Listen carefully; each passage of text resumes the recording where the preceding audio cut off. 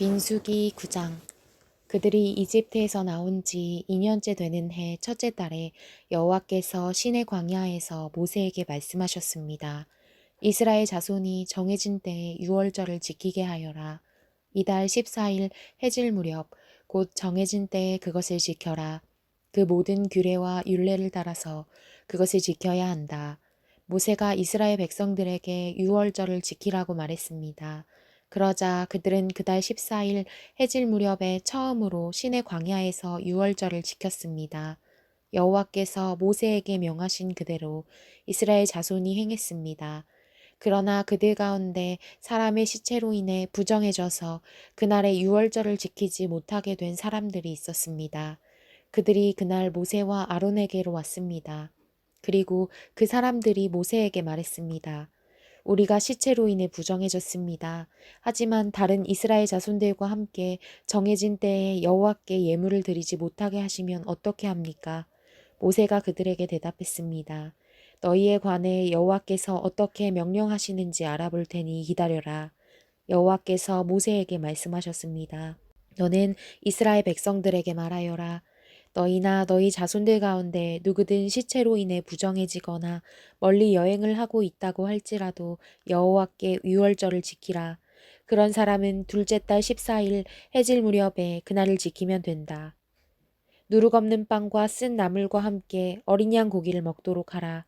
아침까지 하나도 남겨서는 안 되고 뼈를 하나도 꺾어서는 안 된다.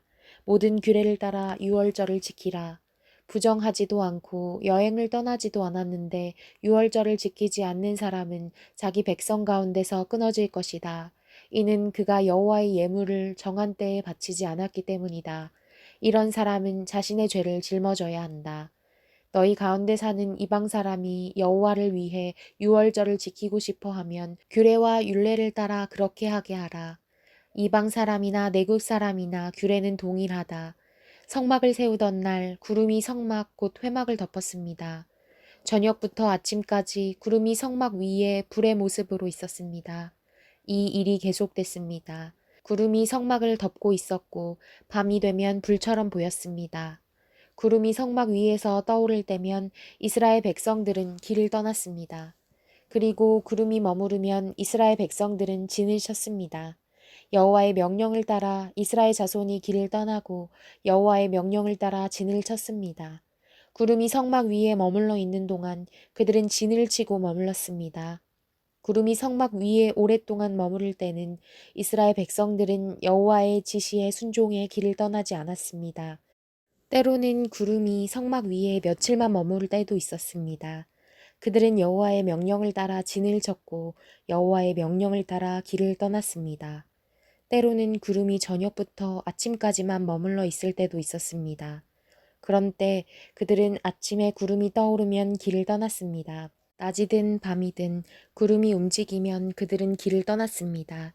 이틀이고 한 달이고 1년이고 구름이 성막 위에 머무르면 이스라엘 자손은 진에 머무르고 길을 떠나지 않았습니다. 그러다 구름이 떠오르면 그들은 길을 떠났습니다. 여호와의 명령을 따라 그들은 진을 치고 여호와의 명령을 따라 길을 떠났습니다. 그들은 여호와께서 모세를 통해 하신 여호와의 명령에 순종했습니다.